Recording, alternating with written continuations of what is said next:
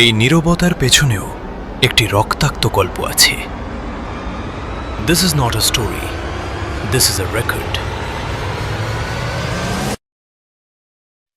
এই শহর প্রতিদিন অনেক শব্দ শোনে, গাড়ির হর্ন, মানুষের চিৎকার, খবরের শিরোনাম।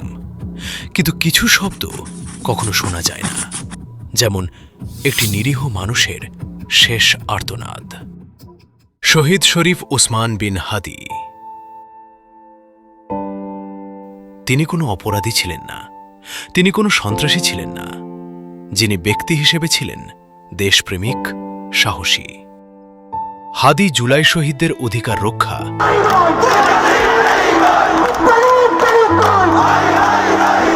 ও আওয়ামী লীগ নিষেধাজ্ঞা আন্দোলন এবং ভারতীয় আধিপত্যবাদ বিরোধীতে সক্রিয় ছিলেন।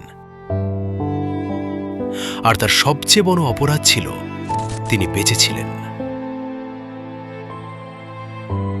2025 সালের 12 ডিসেম্বর, দিনটি ছিল শুক্রবার। জুমার নামাজ শেষে ঢাকার বিজয়নগরের কালভার্ট এলাকায় দুপুরের আলোতে জনসমক্ষে ওসমান হাদিকে গুলি করা হয়।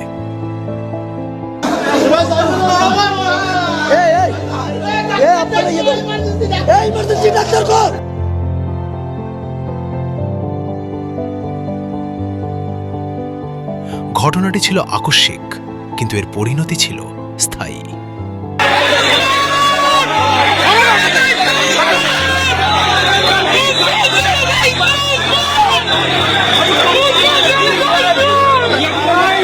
দিন যায়, রাত আসে, দেশের মানুষ অপেক্ষা করে। কিন্তু 2025 সালের 18 ডিসেম্বর রাত 9:30 সিঙ্গাপুরে চিকিৎসাধীন অবস্থায় শরীফ ওসমান হাদি মৃত্যুবরণ করেন। সিঙ্গাপুর জেনারেল হাসপাতালে চিকিৎসাধীন ইনকিলাব মঞ্চের মুখপাত্র ও ঢাকা 8 আসনের সম্ভাব্য প্রার্থী শরীফ ওসমান হাদি মারা গেছেন। ইন্না লিল্লাহি ওয়া ইন্না ইলাইহি রাজিউন।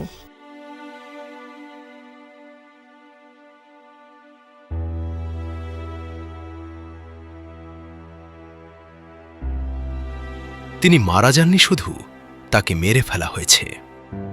আজ প্রশ্ন উঠছে, কে এই হত্যার দায় নেবে? কার সাহসে একজন নিরপরাধ মানুষকে এভাবে হত্যা করা হয়? কার স্বার্থে একটি কণ্ঠকে চিরতরে থামিয়ে দেওয়া হয়?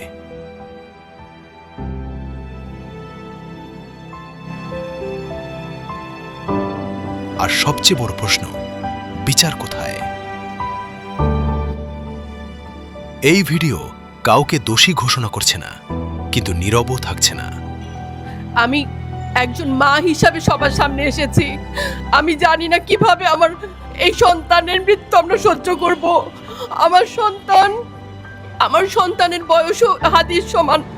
আমি চিন্তাই করতে পারি না, আমি কখনো ভাবিনি যে আমি জনগণের সামনে এসে দাঁড়াবো। আমি আজকে একাত্মতা ঘোষণা করছি এই কারণে, আমি আমার সন্তানের হত্যার বিচার চাই। আমি বিচার চাই। কারণ বিচারহীনতা নিজেই একটি অপরাধ। শরীফ ওসমান হাদি আর ফিরে আসবেন না, কিন্তু তার মৃত্যু ভুলে যাওয়ার নয়। কারণ যে সমাজ প্রশ্ন করতে ভুলে যায়, সে সমাজই পরবর্তী ঘটনার জন্য প্রস্তুত হয়ে যায়। এই হত্যাকাণ্ডের স্বচ্ছ তদন্ত চাই, দোষীদের পরিচয় চাই এবং ন্যায় বিচার চাই। কারণ আজ যদি এই মৃত্যু অদৃশ্য হয়ে যায়, আগামীকাল আরেকটি নাম যুক্ত হবে এবং তখন প্রশ্ন করার মতো কণ্ঠ হয়তো আর থাকবে না।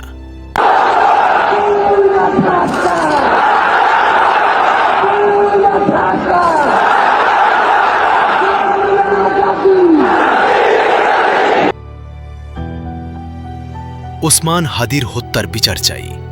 এটা কোনো রাজনৈতিক দাবি নয়, এটা মানবিক দাবি, এটা ন্যায় বিচারের দাবি। আমি সঞ্চয়, আমি ঘূর্ণি, আমি পথ সম্মুখে যাহা পাই যাই চূর্ণি। আমি পাগল ছন্দ, আমি আপনার তালে নিচে যাই। আমি মুক্ত জীবন আনন্দ, আমি হাম্বি, আমি ছায়ানট, আমি হিন্দল, আমি চলো চঞ্চল চমকি চমকি, কত যেতে যেতে চকিতে চমকি। পিন্দি আদি তিন্দল, আমি চপলা চপল হিন্দল। আমি তাই করি ভাই যখন চাহে মন যা করি। শত্রুর সাথে গলাগলি, দুই মৃত্যুর সাথে পাঞ্জা। আমি উন্মাদ, আমি ঝঞ্ঝা, আমি ভিতিয়ে ধরিত্রীর বলবীর চির উন্নত মানুষের।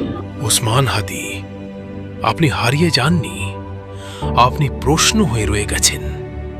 আর যতদিন বিচার না হবে, এই প্রশ্নের উত্তর আমরা চাইতেই থাকব।